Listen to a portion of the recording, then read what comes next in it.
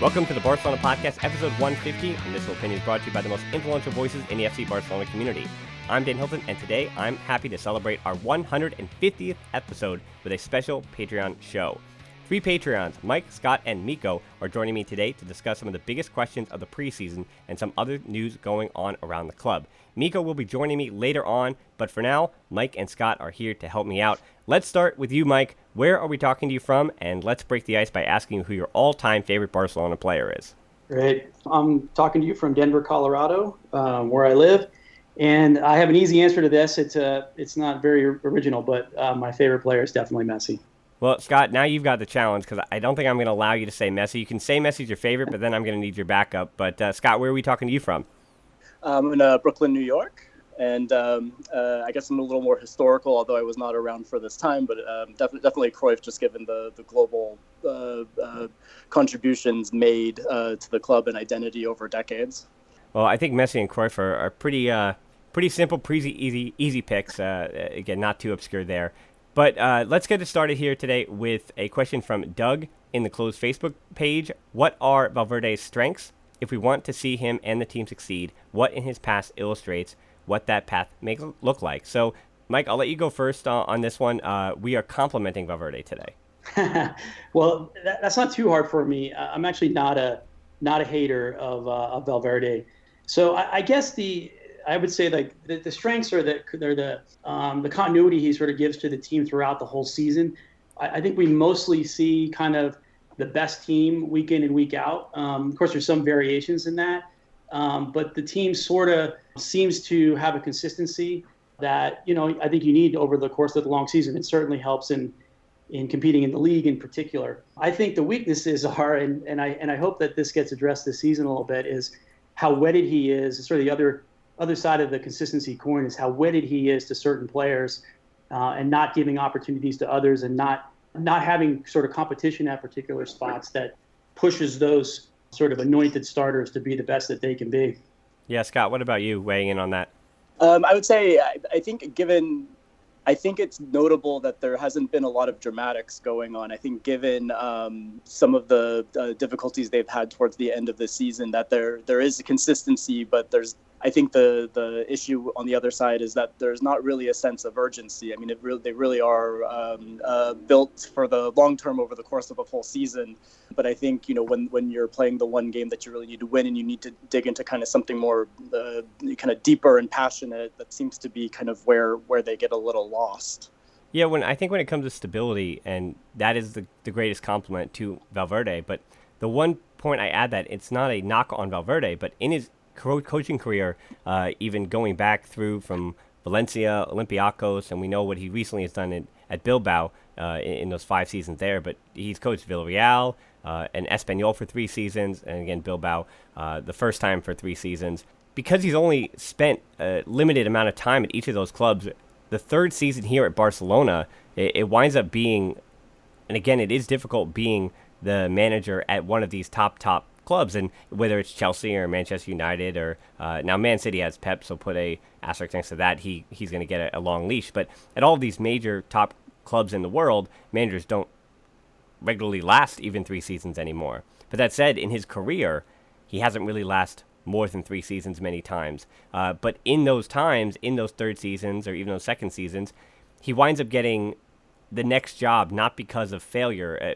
Not often has he kind of been pushed out, or has there been a point where he hasn't been trusted by management. His rise up through has been a slow rise, and not even from established club to the next level, but again, moving from Espanyol to Greece, to Villarreal, back to Greece, then Valencia, Bilbao, which you'd say is lower than Valencia, then the jump up to Barcelona. So for the winding career path he has, I think you guys are right that he's always added that consistency and stability that I think has been helpful to the squad and to his mission. And with the kind of talent that he has at his disposal this season, where it's an attack that has got even stronger, how do you guys think the top 5 at the moment, that being Messi, Suarez, Griezmann, Dembele, and Coutinho, is going to shake out? And if you do think Coutinho is going to play in the would play in the midfield, and if that's a possibility, then you can give me that answer as well. So Scott, I'll let you start there. I think the big question is,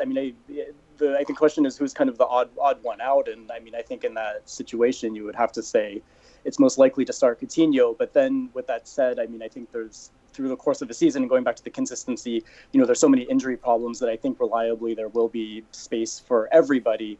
But I think I'm assuming that there's no more changes going on through the transfer window. I would assume that you would start kind of with a little more quickness.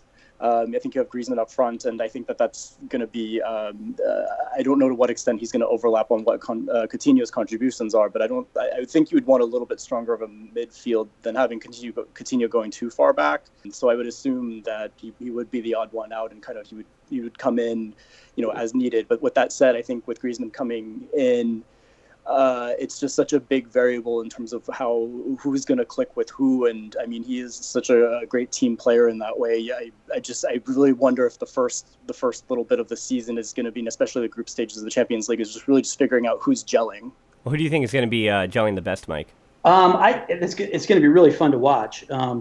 I think we're going to see a Messi, Suarez, Griezmann line from the start, and I think and I hope we're going to see the best of Luis Suarez, which maybe we didn't see through most of last season.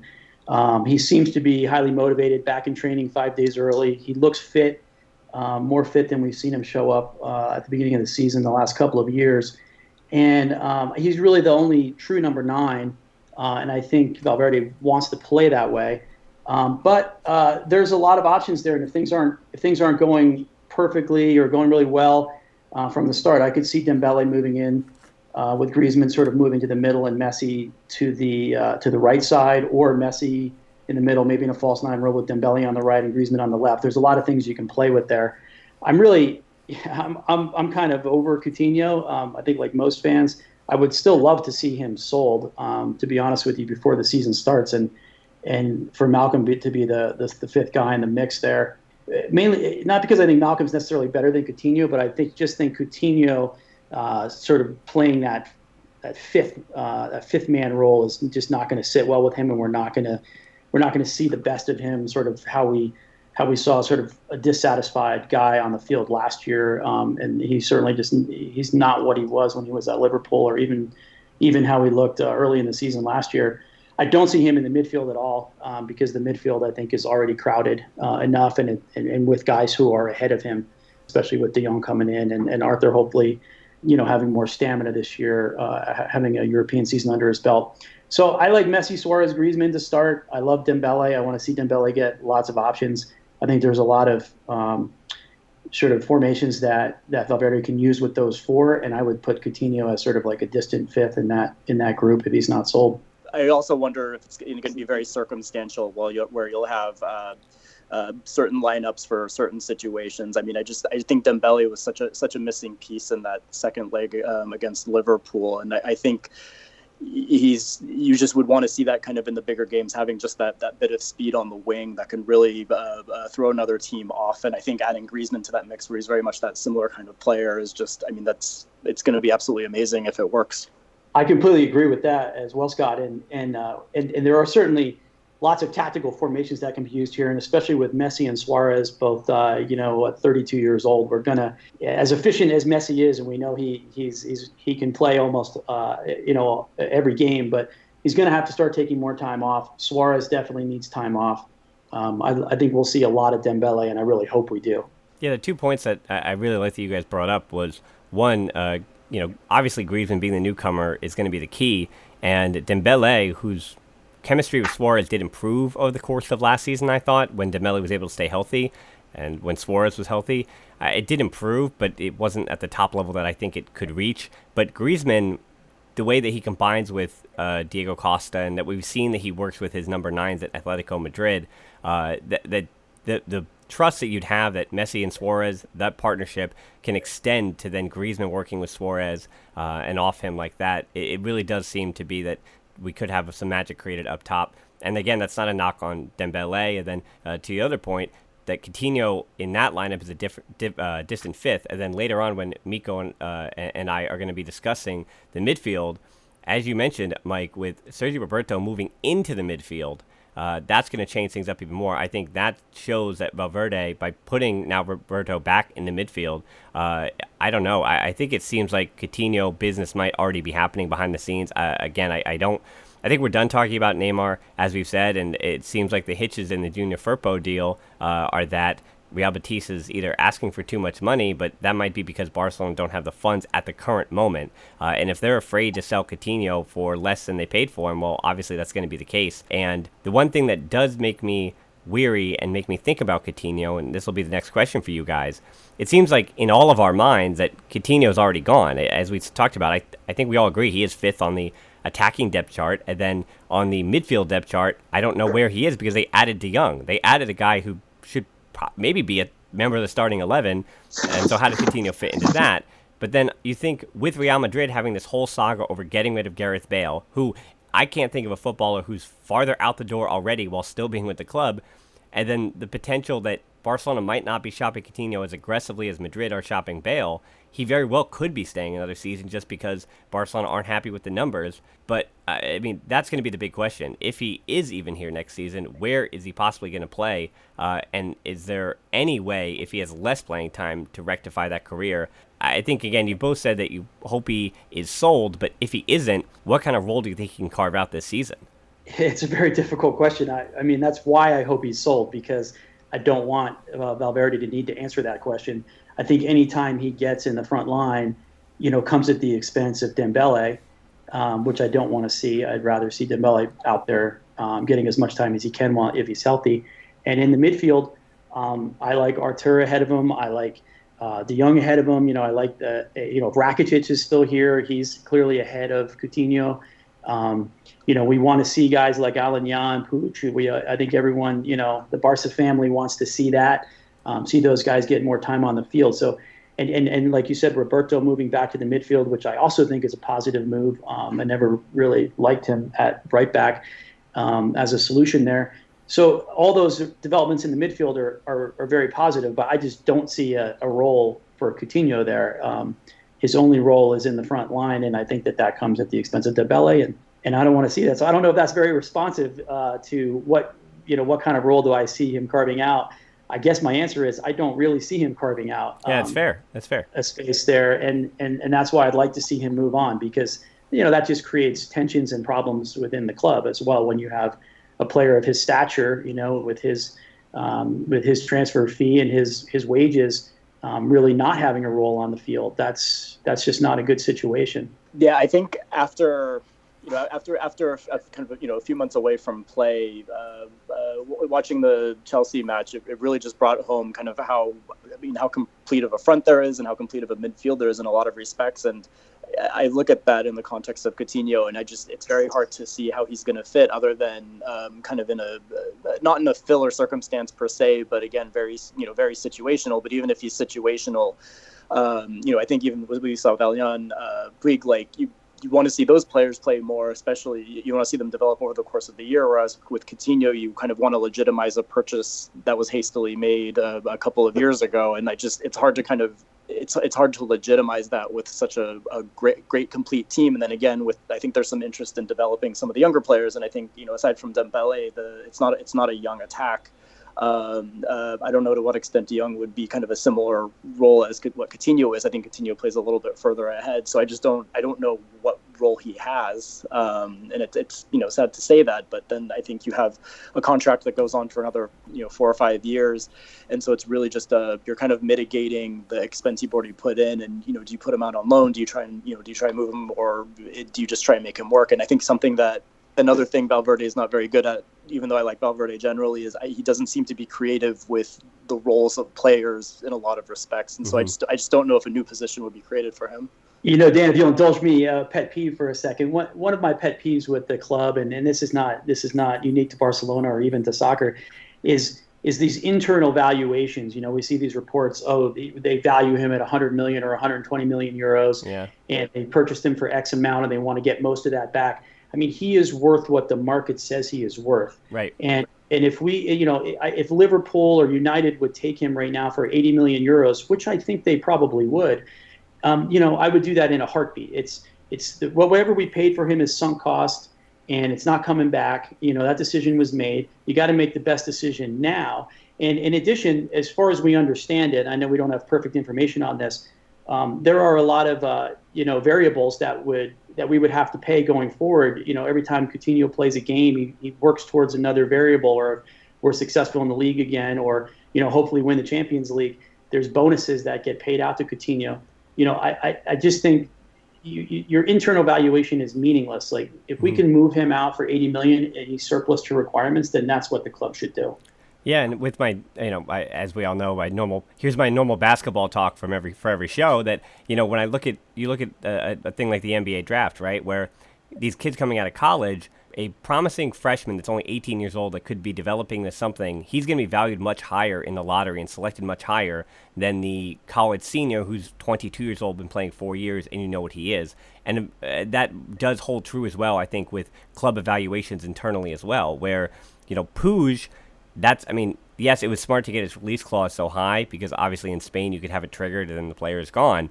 So to have a Puig, I think it's not unrealistic from the club, not just fans, to say, a shiny new toy. But I think even the club, it's easier, and they should be, as all clubs should, to put more value on their younger players, even as far as what they're sold for, than a player like Coutinho, because, as you said, Coutinho is a well-known commodity. We've seen what he did for Liverpool.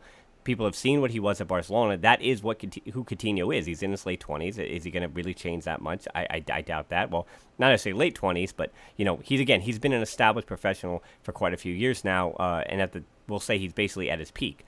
So club evaluations, I think, internally, they only really matter truthfully when it comes to younger players, as we even just saw with Xavi Simon's leaving the club, and we don't obviously have all the information there. It seems like, again, people quickly want to just say that it was all about money, PSG, or whether obviously it's his agent in Riola, or it's his father who actually commanded a lot of those negotiations, whether it was about money or PSG or whatever it was. But it seems like the club didn't value him as much as they did Ansu Fati and EX Moriba. So we do trust that EX Moriba and Ansu Fati are seen as players with greater potential to Barcelona, because of the way that we've seen the club financially put their backing behind them, as opposed to other players. And I think that does, again, also make us consider that why I think fans are fair to be out on a player like Coutinho is to that same reason, that we don't know what Puig is capable of. And I think it's fair for fans, and fans do this. We want to watch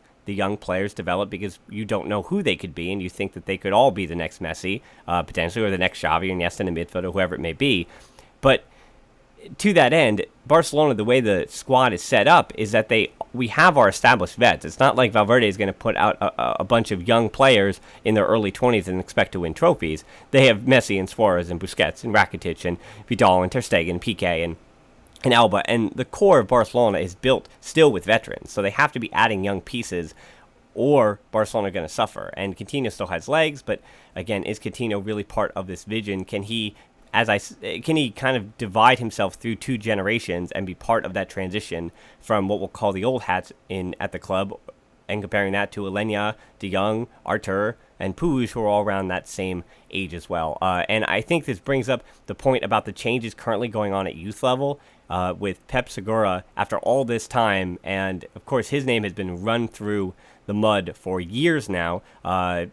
Whether or not he's truly said these things, he's been attributed with behind the scenes saying how he valued players who had more physical attributes, as they say that they do in the French academies and a lot of times in the Italian academies, more than he does the smaller technical players. And again, due to the success of Xavi and Iniesta and Messi, that seems to rub a lot of Kool-Aids the wrong way. Whether or not it's true, it's become dogma, unfortunately, for Segura. But it seems like his replacement, and this might even be done and dusted by the time this podcast is out, that it is Patrick Kluivert, who has officially returned to the club, and we'll see exactly if it's in Segura's capacity. And then Victor Valdez has also returned to the club as the coach of the Juvenil A, so he will get a lot of time with the aforementioned Ansu Fati and Moriba. Now, it's a blanket. I'm not going to be too specific with a question.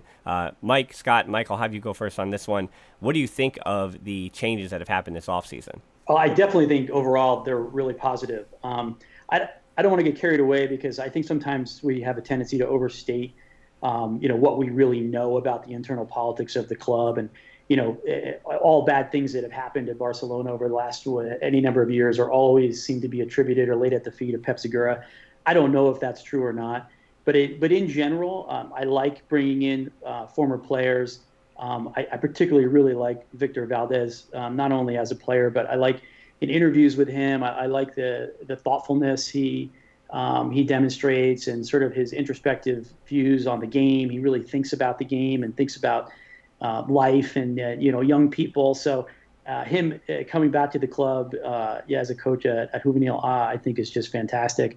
Kluivert obviously is a guy who's been around a long time. He's a Barca guy, So I'm definitely happy with these changes. My understanding too is that Abidal is sort of getting more power in this shakeup as well. I think that's also a positive. I've liked what's happened since he sort of got more influence over the transfer policy. I thought we did really well last summer with, in particular with Longley and Artur.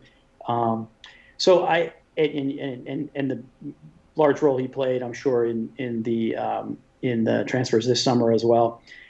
So overall, I think it's really positive. I think it might be bringing us back to our roots a little bit.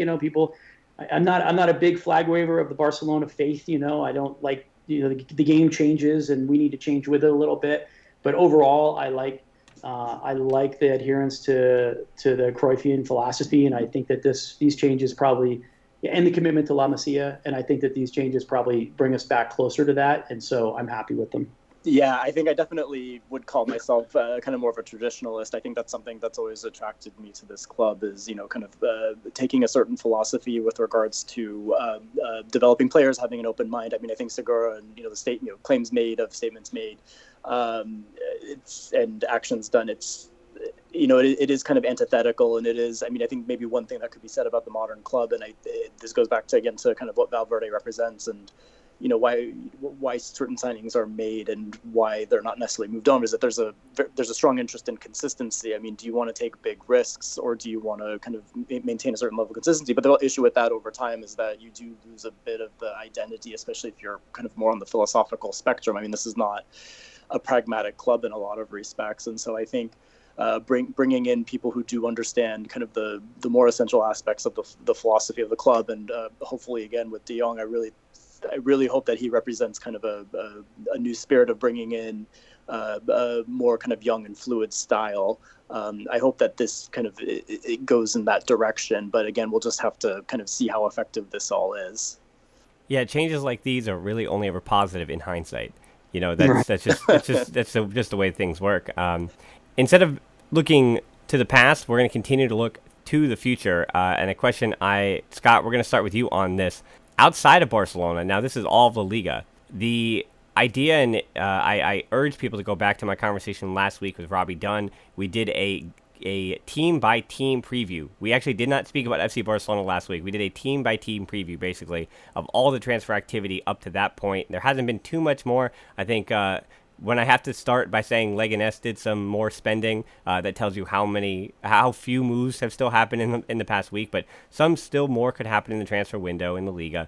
But that said, a lot of major moves have already happened, and it seems like La Liga it's got itself more talented, not less. And with that said, La Liga being a little deeper, everybody's going to talk about the Champions League. The global media, national medias, wherever they may be, are going to talk about the Champions League. Copa del Rey is now different as well. Knockout, again, up to the semifinals, and Miko and I are going to talk about that a little later. But with the knockout format in the Copa del Rey, making Barcelona, it's going to limit their matches a little bit as they enter that in the round of 32, and then semifinal winds up being 2 legs. But for those kind of changes happening outside of La Liga is going to be that same grind it always is.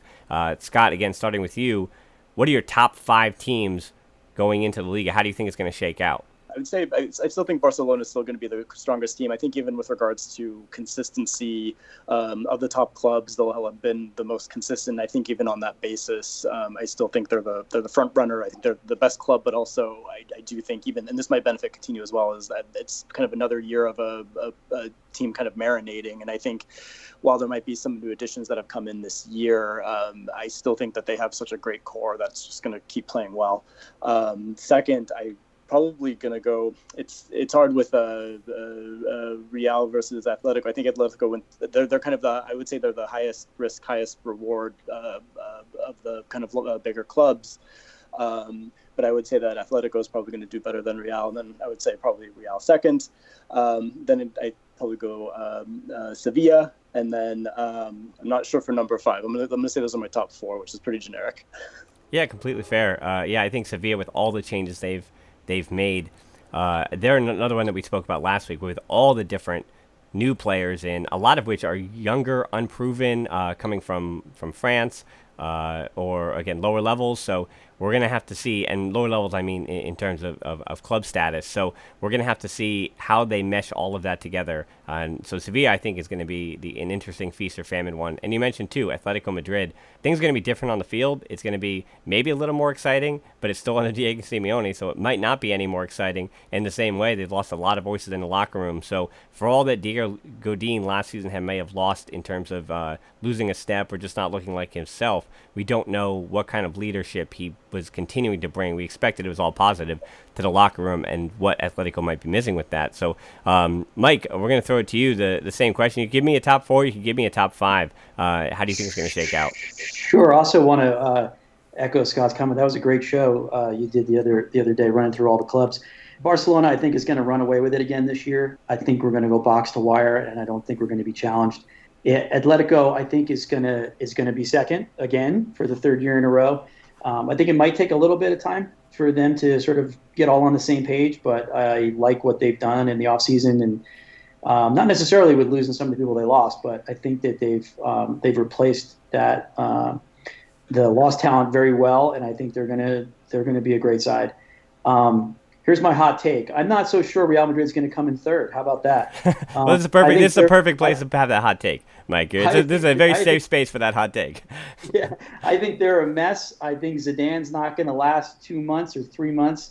I think a lot of the problems they had last year and that were evident even the year before when Zidane jumped ship are still there and really not getting much better. I don't think they've done that great. Hazard's a great player, but other than that, I don't think they've done that well in the transfer market this summer, in terms of really bringing in guys that are going to challenge for starting positions. And then they'll probably end up 3rd regardless. But I think that Valencia and even Sevilla, if everything sort of comes together, like you said, it's a big high risk, high reward situation for them. But I think one of those 2 teams could challenge for 3rd. And they will probably, round out the top 5.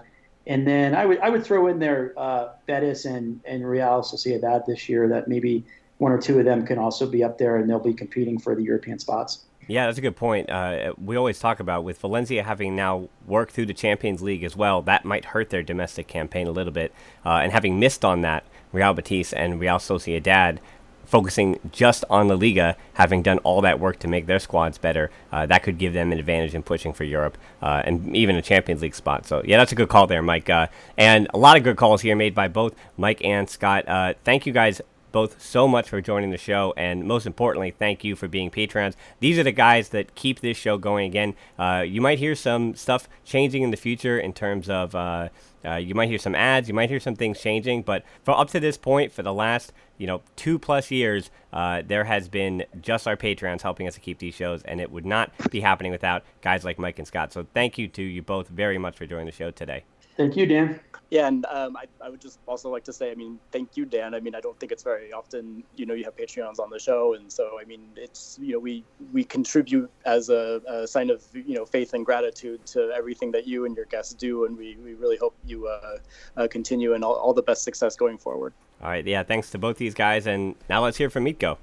And now for the second part of our show, I am pleased on our 150th episode, our special Patreon episode, to bring Mitko back on the show. You were all introduced to Mitko all the way back when Frances did our first Patreon show, as well as having heard from Mike on that episode as well. But Mitko has returned to us, and Mitko, as I asked Mike and Scott as well, where are we talking to you from? And let's break the ice as well with you by asking who your all-time favorite Barcelona player is. Hi, Dan.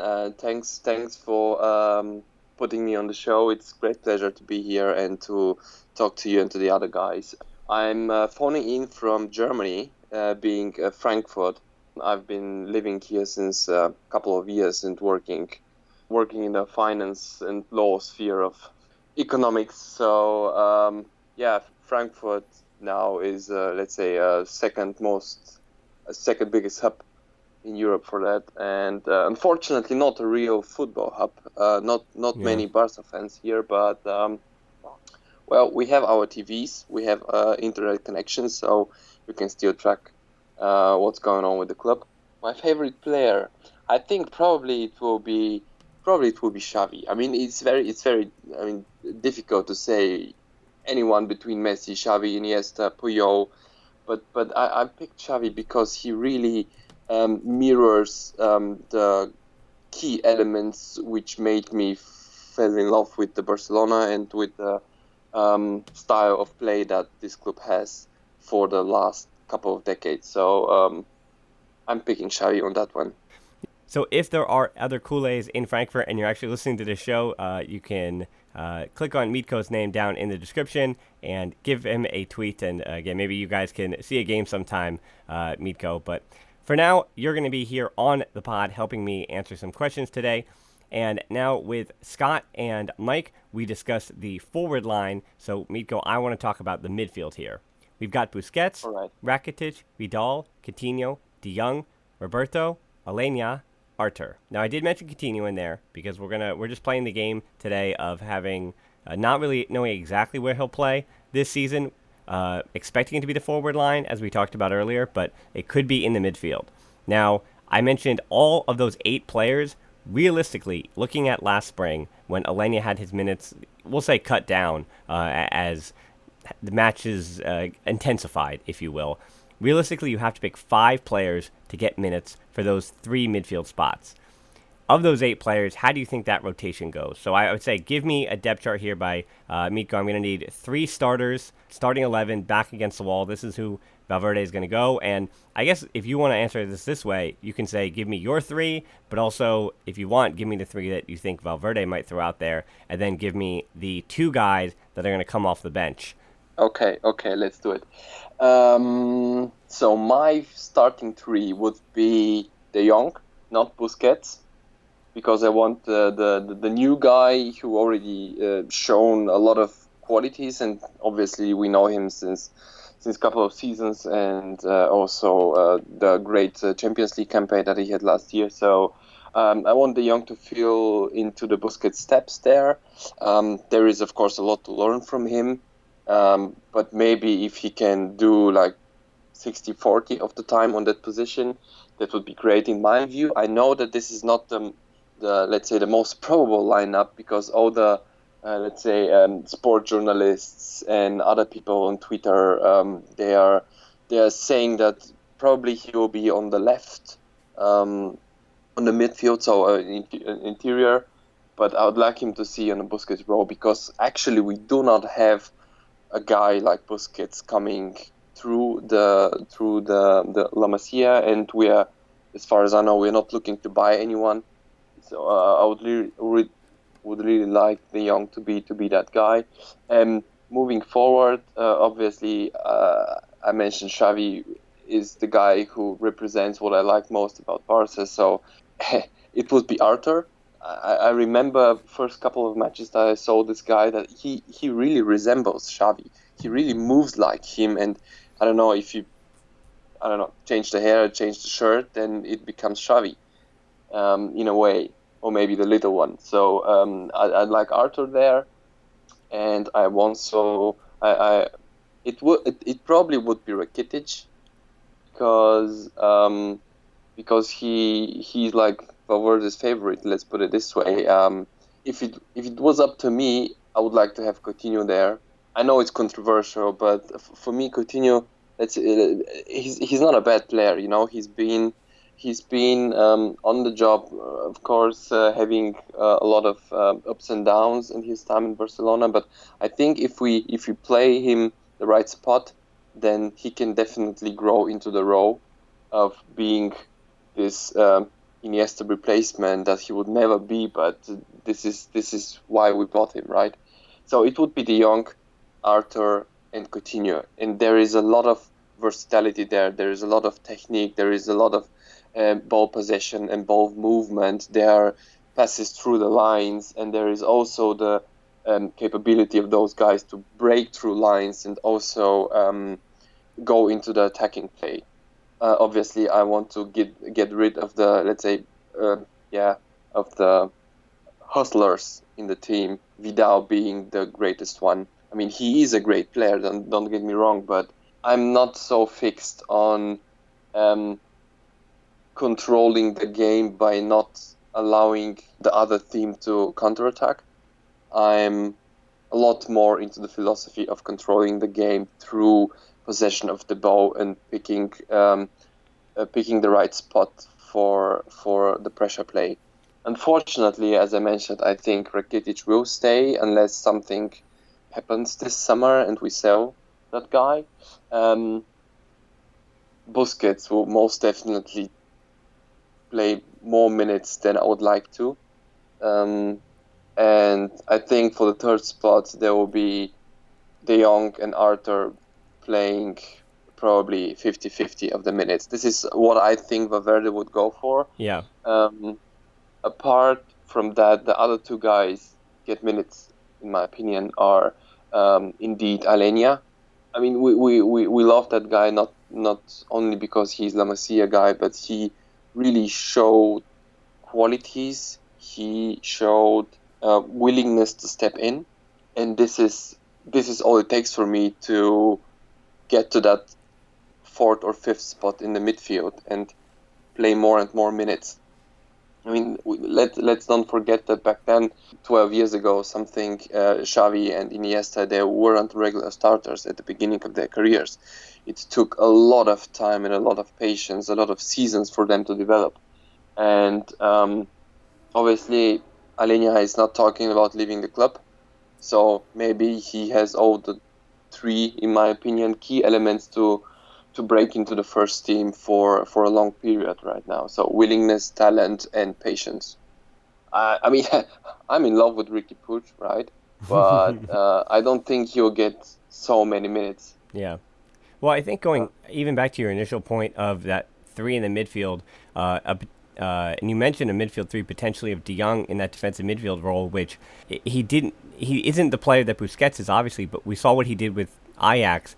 Just still having the mobility at his young age to go pick up the ball deep from, and his dribbling ability moving forward as well, dynamically opens up a lot of spaces for other people. And yes, Artur, not Xavi. And it is unfortunate that we compare all of the midfields to the peak midfield of Xavi, Iniesta, or Busquets. However, we can define those as the epitome of those roles that we continue to want the Barcelona midfield to try to replicate. So having De Jong and saying, okay, that's the Sergio Busquets role. Saying Artur, while he is not peak Xavi, maybe yet or maybe ever, he does have a similar ability to pace and control a game.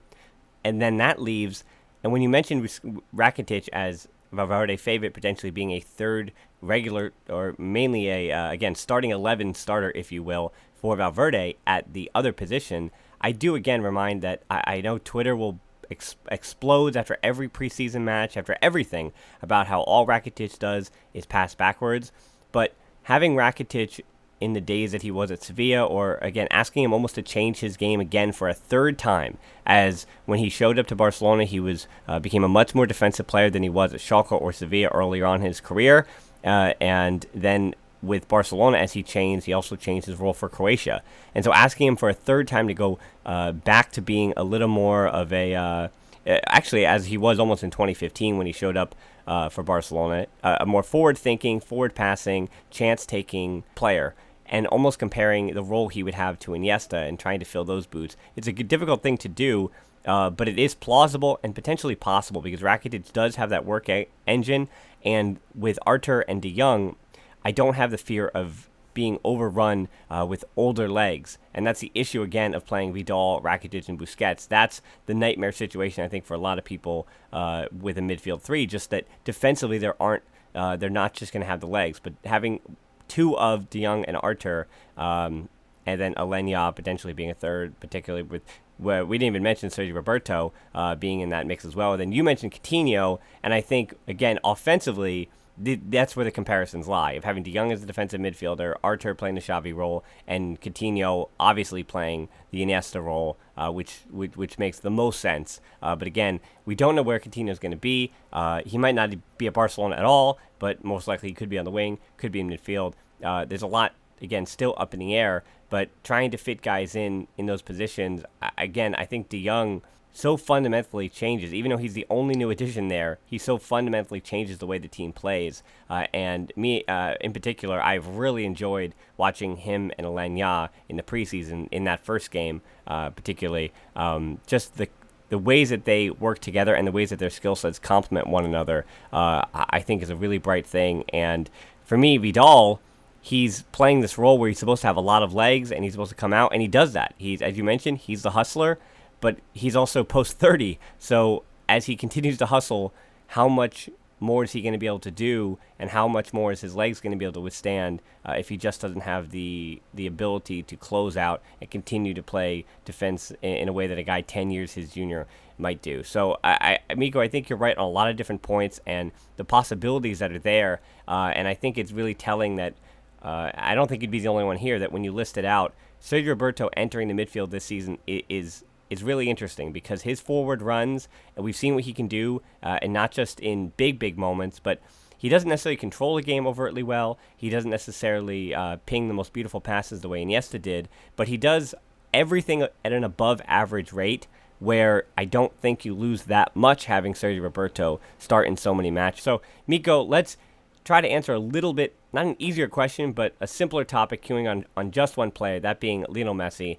AS is reporting that Messi could be offered a lifetime contract, which, if accepted, would indicate that he would come back to the club, or could come back to the club in some capacity down the road, in the same way that Iniesta signed his and left after just 1 year. I'm not saying that Messi is leaving next year. That's not what that would be about. But if he does sign that lifetime contract and he chooses to stay in football, do you see him at the club post-football? And in what capacity do you think a personality like Messi's would fill a role?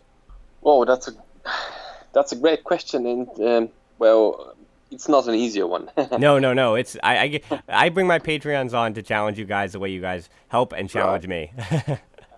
Let's start with the live contract of Iniesta. I think this is a compliment, or this was a compliment to the guy, humble as he is, and so emblematic for the club.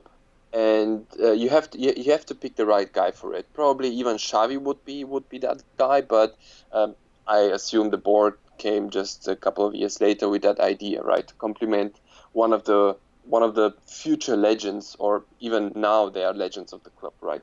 So I definitely would think that giving Messi a lifetime contract is something that you have to do based on experience with Iniesta, because Messi is nothing less than Iniesta, even more. He is probably a bit more defining of the stage that we're currently in with Barcelona. So I think offering Messi this contract is a must.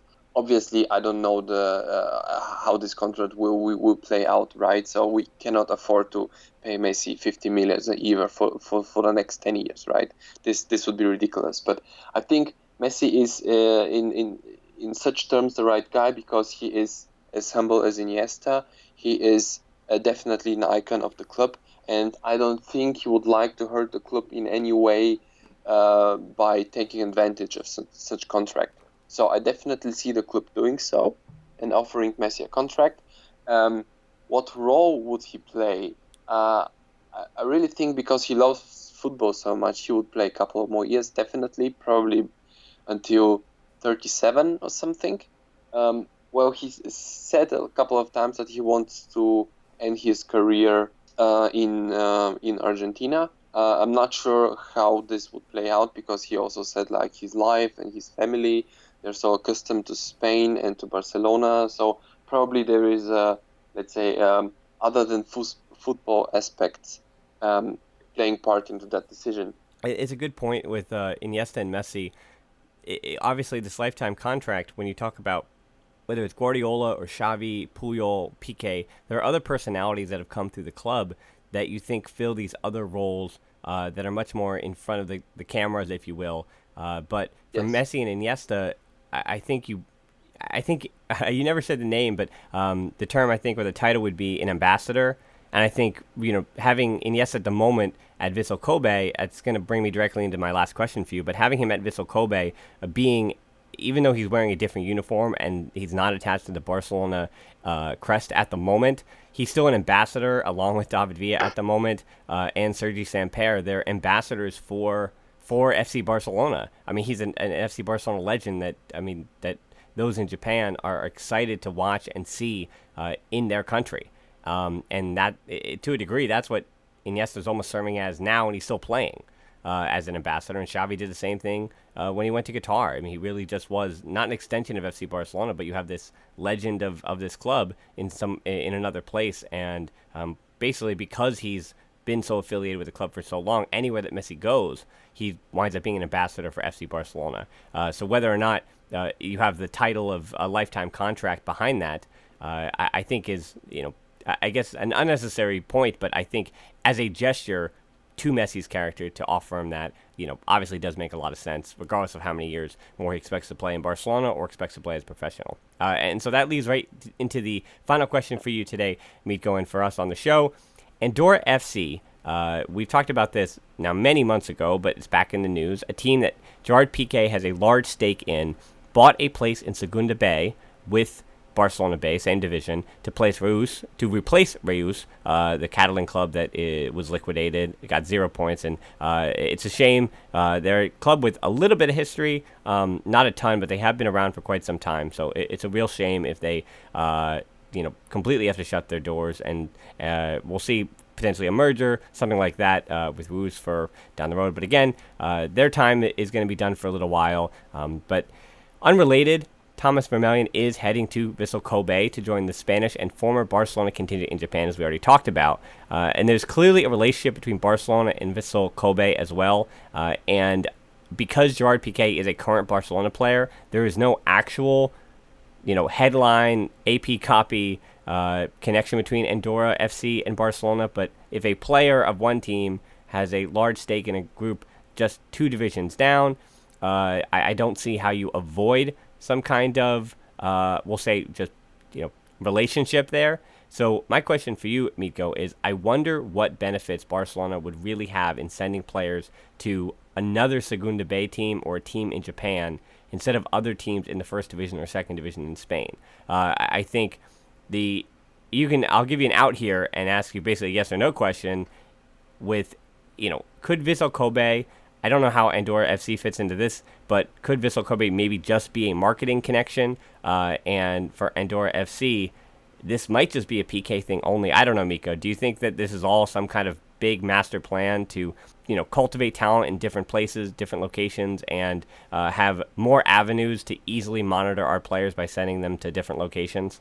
Well, as far as the story for Kobe goes, I do think it's a bit more marketing than football aspects, because Japan, as quickly as they're developing their football, let's say, culture, they do not strike me as the best place to get young talents from, or to develop young talent. By sending them to develop other young talents, right? I do think they're trying to put even a bigger foot into the Asian market. Therefore, they signed this contract, and as far as I know, Barcelona would help scouting for Kobe. They will exchange players, definitely, which could be beneficial for both sides, but not necessarily would develop so strong a Barcelona player. And they would also agree to share tactical meetings or coaching meetings, so that probably, and I'm just assuming here, the guys from Vissel and Kobe learn the Barcelona way, and probably not the other way around. So I do think that the football benefits from the Japan connection are rather small for Barcelona. And as far as the PK adventure with Andorra FC goes, I really do think this is his journey, and this is his way of getting into football. A lot of guys are talking, oh, he's just preparing to be next Barcelona president, so he just wants to play a bit of football manager in real time or something. Maybe this is part of the whole thing, I don't know, but I do think that he is quite adventurous in terms of his businesses, and FC Andorra is definitely a big step for him, great opportunity, great adventure. I think I read today or yesterday, it was in the news, that he bought another club, or maybe just a controlling package, I don't know. He bought another club in Catalonia, which has only cadet levels of players. Yep.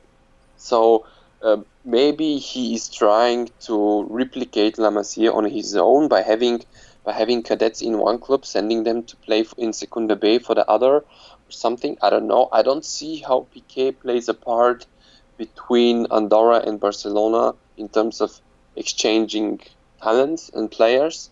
I really think this is Piqué on his own, unless in a couple of years he indeed wants to put his foot into the management of FC Barcelona, and then I'm really curious how it will went, because obviously if FC Andorra progresses a bit, then you would start having conflict of interest and all this other legal stuff, but actually not so legal. So it's also basic sense, right? That you cannot wish for the best for two clubs and they compete against each other. But I don't know. Let's see where it goes. I definitely think Japan affair is more into breaking this 1 billion mark in terms of revenues, and FC Andorra is Piqué being a captain of his business. Well, Miko, I think I asked you some pretty difficult questions. You got some much harder ones than Mike and Scott, but I really appreciate you taking the time. And just as I told them, I really, really, really appreciate you as a Patreon, and I'm happy that we were able to get you back on the show again. This is one of the perks of being a Patreon. So, Miko, thank you so much for your time. Oh, thanks, Dan. It was a pleasure. And there you have it, 150 shows in the books. Thank you so much to our 3 Patreons who joined us on today's episode and to help us celebrate the big 150. And thank you to the listeners for supporting us in the ways that you do as well by just listening to the show. And there's a few other things you can do to help out. You know what those are, including tapping in your app and checking out the show notes and subscribing to the show. Finding us on social media on Twitter @TheBarcelonaPod or @IltonD13 for me, and on Instagram @TheBarcelonaPod. The closed Facebook group, TBPod.link/group. Deeper dives, discussions, and fill out those 3 questions, and we'll get you in the group. Again, you have to fill out those questions or I cannot put you in the group. Again, we just want people that are actually serious about trying to have those deeper discussions and being part of that closed Facebook group. And finally, you heard from them today. This is one of the benefits and gifts that you get by being a Patreon. And these are the guys that helped us continue to make so many shows at tbpod.link/Patreon, where you can also get the quick take match reviews. We're also on YouTube now at The Barcelona Podcast. Check us out and hit that subscription button to help us out there as well. So thanks again so much for listening to The Barcelona Podcast. Until next time, we'll talk to you soon, and Forza Barca.